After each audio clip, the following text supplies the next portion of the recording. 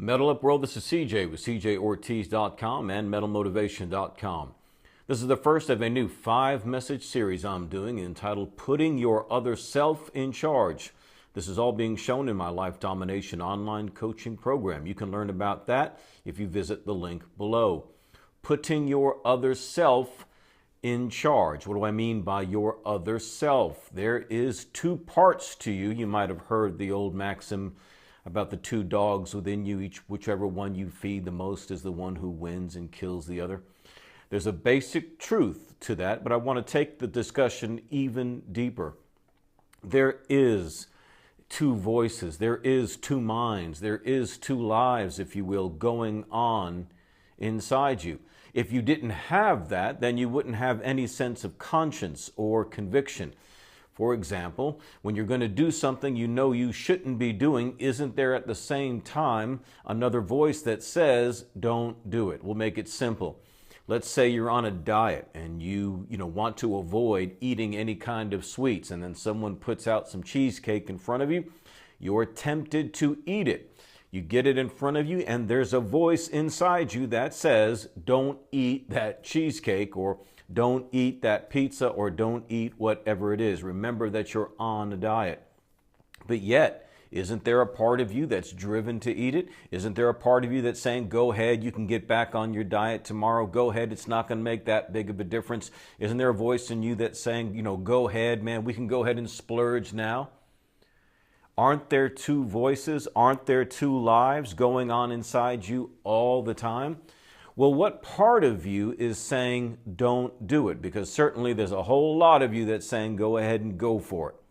What part of you is saying don't do it? What part of you would deprive you of that pizza or cheesecake? What evil part of you would ever withhold or tell you to resist something that obviously your body and your mind wants? What is that? Well, we call it a conscience. We call it a sense of conviction. When somebody has a guilty conscience, they live with that all the time. They live with that sense of guilt, that sense that they have always done something wrong. Maybe it's because parents or someone else had told them all of their lives that they've done something wrong. But all the while, as they engage in activities in which they're committing no crimes, there is that voice inside them accusing them that they've done something wrong. So that voice inside you can be healthy. That voice inside you can be unhealthy. What we want to do is put the better side of you in charge. We want to put your better self in charge. Well, anytime you would get involved in something you know you should not be doing, and there's that voice that's telling you don't do it, can we cultivate that? Can we cultivate that better judgment? Can we make that aspect of us the more dominant person, so to speak? Now, am I suggesting that there's more than one personality inside you? No, not really. It's just your conscience. You are one being in essence, but we're just doing this for the sake of discussion so that you can start to learn to differentiate and discern the voices that are going on inside you. Now, again, I'm not saying that you're hearing voices. I'm not saying that you are schizophrenic or that you have a split personality. You just have the knowledge and the awareness, the conscience, if you will, to know what is good for you, to know what is bad for you, to know what is good for others, to know what is bad for others. But we can expand that to more than just good and bad, to more than just right and wrong, to that part of you that is the one who should be running things, the one who should be in the dominant position, so that you can get a more comprehensive control, governance, or dominance of your life. That's what this leads to: self-government. The ability to govern yourself, the ability to dominate yourself, the ability to govern and control every aspect of your life the best that you can, or at least be growing in that process.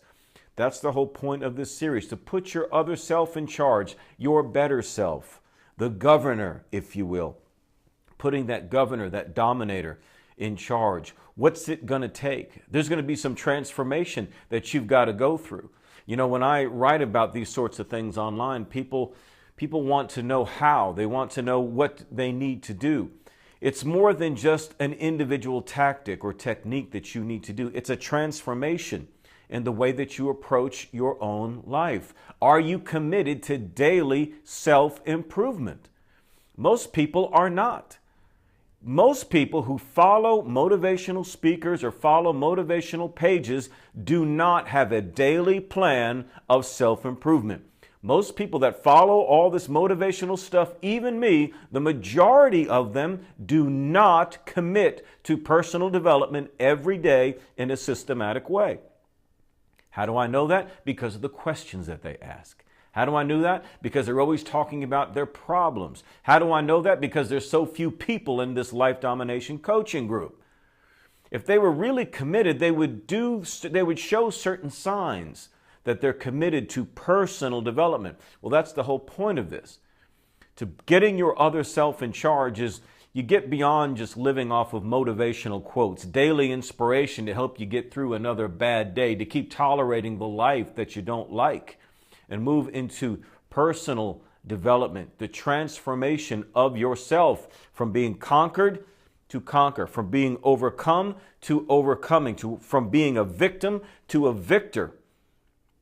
You know what I mean? To be that dominator, that champion, that governor that you know that you can be, so that you can live with yourself, go to sleep at night knowing that you've lived out of your better self, knowing that you've done and enabled yourself to maximize your life to what it could possibly be. So we're going to talk about that transformation process this week, about how life's pressure is one way that's going to draw out that deeper part of you, much like heat is used in the purification of raw materials into their refined parts like silver and steel.